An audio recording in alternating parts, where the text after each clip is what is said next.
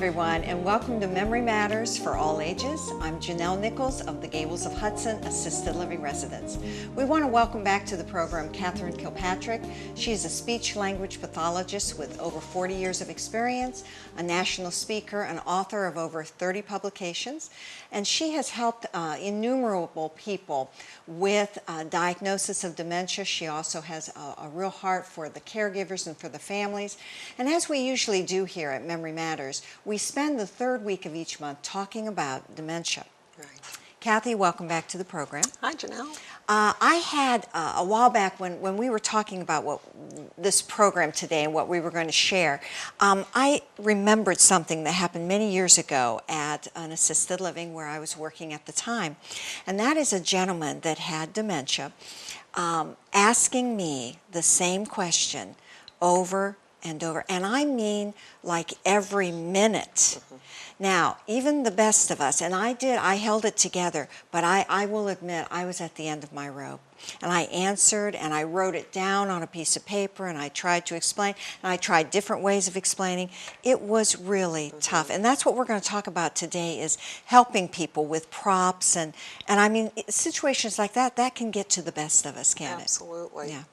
I mentioned a while ago that I was traveling after 9/11, that Thanksgiving, and there was a woman in the airport who was confused, and she kept telling the same story over and over again. And so one of the things that can be helpful is, like you said, writing it down and things like that. But it's hard if you're kind of like on the fly as opposed to sitting in the same room for a while. So I kept diverting her with questions. So I'd say, well, tell me about your sister, or tell me about where you grew up. And what would happen is we'd have a neat conversation, and then we'd end up back. And she'd go back. That's the same thing that happened with this gentleman. I tried to redirect, and nothing could get him off of that item that he was worried about. And interesting, I talked to a friend recently whose dad is starting to have some decline physically. And I said, well, does he have some dementia because of some of the other things she was saying? She says, oh, maybe a little bit. He says the same thing over and over and over again. When you get to that stage, we're not talking mild cognitive impairment. We're talking more serious decline. And so people don't often interpret that as that. So, yeah, definitely. Exactly. All right, I bet you see a lot of different personalities and a lot of different situations. It's fun. It's not boring. No, it's not. It's not. And you especially, one thing I so much appreciate about you is that you look at everyone as an individual. I've never seen you put people into a little box that you make them fit into.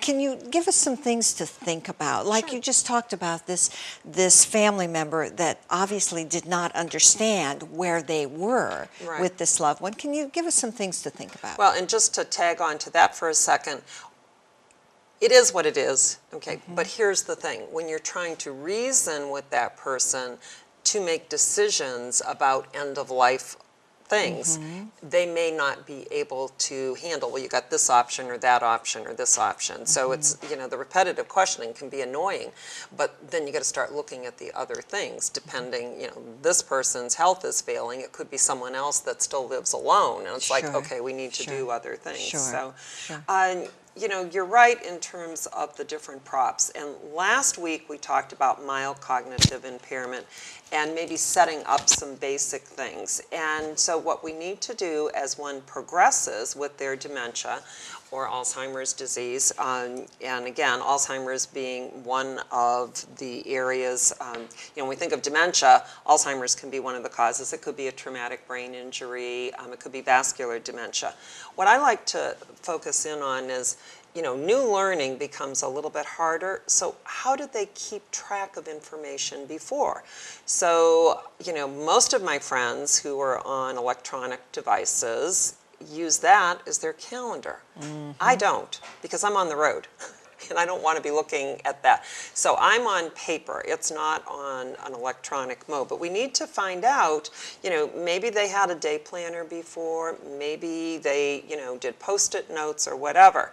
But the other thing is, as I continue in my profession in the next decade, I'm going to be dealing with a lot more people who do electronics, and then how do we make that easier for them? Because what happens when the vision problems start kicking in, or the hearing problems, or something like that, so they don't hear the notice, the text message thing, or whatever.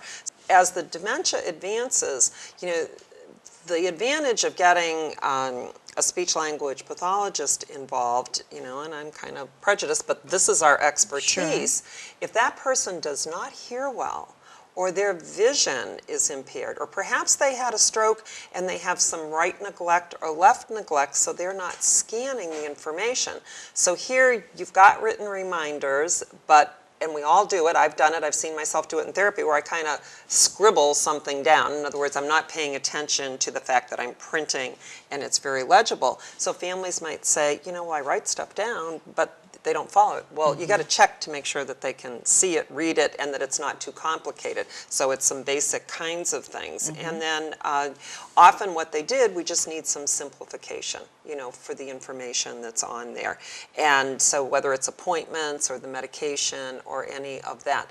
And someone might be in the earlier stages of Alzheimer's disease and dementia, or they may have progressed to another level where they need 24/7 supervision. That doesn't mean that you can't create some of these props for them so they know what's going on and they feel like it's part of their life. And I think, that to me is quality of life, and that's what we're looking for. So if I understand correctly, you are advocating an individual assessment, so to speak, of that person, Right. how they used to work. For example, me, I didn't use electronics. Right. So I would want a calendar, something in print. Right. An individual assessment of how that person has worked and organized their life in the past, right. and then see how you can tweak that. Absolutely. All right? Yeah. Well, I know last week you did talk about the memory board, which is a simple but very resourceful way to help someone like this. Do you have some other specific tips that you can give us? And this is one of the biggest ones that I see, and the complaint I'll get, I'll call Mom and she doesn't remember that I was there. And this may be someone in independent or assisted living, and they were there and took her out for ice cream or, whatever. And it's very upsetting because I was there. So there's a couple of different things you can do. And again, this is individualized, because what may work for one person may be absolutely stressful for the other.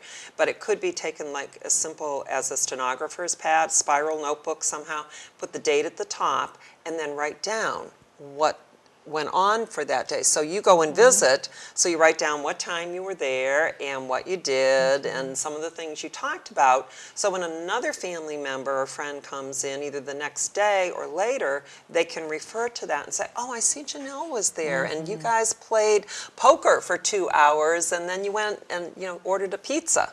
That is a great idea, I bet Kathy. you've seen that a lot. I see it a lot, and what I see is the resident complaining that their family member never comes and that their daughter never comes, and she will have just left, or she is the daughter that comes every day. So I love that idea. That's so simple, and it's a great idea. It just works out so well. And the thing is, you might bring in take pictures on your phone and then print some off and then can stick them in there. Then it becomes a diary. So when they're calling a family member or someone else is coming and visit, they can go through. And it's teaching the family and the friends and the caregivers. I usually try and find one key person who seems to be on top of the whole situation and have them call other people. So let's say I'm calling my mom in Massachusetts. Hey, Mom, what'd you do today? And she would say, oh, same old, same old. And I'll say, go pick up your book and go look up the stuff for the week and tell me about it. And then they feel a little bit sharper with that. And it's all about, my company's called Communication Connection. It's about staying connected. Right. And even if you can't hear well, see well, whatever, how do we stay connected, with that? So the other thing that I suggest is a memory book. And it can be a notebook, 3-ring binder, and have sections in it. And I can remember doing some talks down in Canton at a place where the woman brought hers in after we did like the 3rd memory group. And what she did is she had like what's stored in the attic and there was a list of all that. All the pertinent information of family members and phone numbers, people that she donated money to, and she had sections for all of that.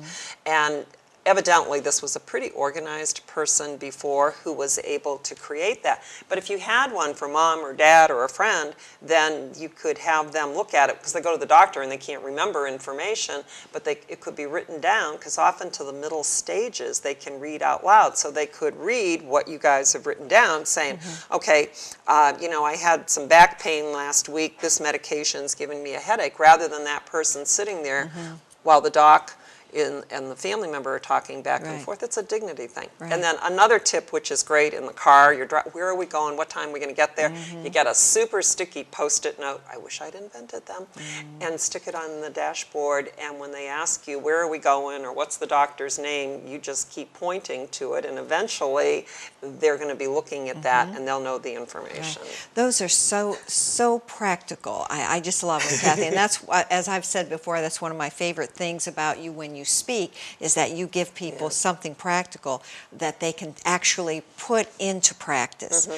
The other point I wanted to comment on that you made is that these practices and these tips can be used pretty far into the disease process. But they often need to be altered a bit. Sure. So in other words, they may be doing fine with it. And tweaked. I like tweak it a little bit. Not that other word. Yes, right. But it may be that they need larger print, or they need only the day of the week on it. But what happens for all of us is we kind of just do what we always did. So Sure.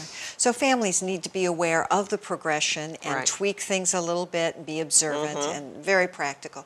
All right, Kathy, what do you suggest for us to do this week? And we have family members that are, this has struck a chord with them as they watch the program today. What tips do you have for them this week? Okay.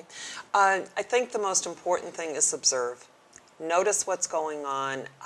Again, this is only a 15-minute program. My website is meant to be the book that I didn't write. All my products are things to do when you visit. Sure. And I have stuff on every single one of these labeled, you know, so that you can just click on them and get more information. Become more informed. If you know someone that's having some difficulties with a loved one, you know, share the resource with them, because that's one of my goals, and that's one of the reasons we did this program. That's why we do what we do. Yeah, absolutely. Absolutely. All right, very good. I did want to point out something Kathy just mentioned. Please stay tuned at the end of the broadcast. We do have Kathy's website there. She also writes a blog in conjunction with what we talk about each week. There is so much information on both of those. I would encourage you to watch at the end of the program, get those addresses, and go and get the further information. Like Kathy said, that's another book. She's written over 30 publications, but there's another book right there at your fingertips. Someday I'm going to put it in something. Someday. Well, Kathy, again, thank you so much for such practical information. I love it. And I also love your quote that you always give us at the end of the program. What do you have for us today? And just a side comment, Janelle and I have been working together for a long time, and we problem solve on a lot of different scenarios. Her talents are beyond amazing, and we've been doing this since 2005, and it's just such a good combo. So I feel honored to have you as part of this. Thank you. Okay, so here's the quote, because we're walking a journey with someone. I walked it with my mom, and I feel this from the bottom of my heart. Your presence is the most precious gift that you can give to another human being. And if we can learn to meet them where they're at, this is my quote, it makes a huge difference. And that quote was by Marshall Rosenberg. So thank you. Wow, I should have read that quote before. That brought tears to my eyes. Kathy, that was beautiful. Thank you so much. Thank you for joining us, and please join us next week. And now go and make it a great day.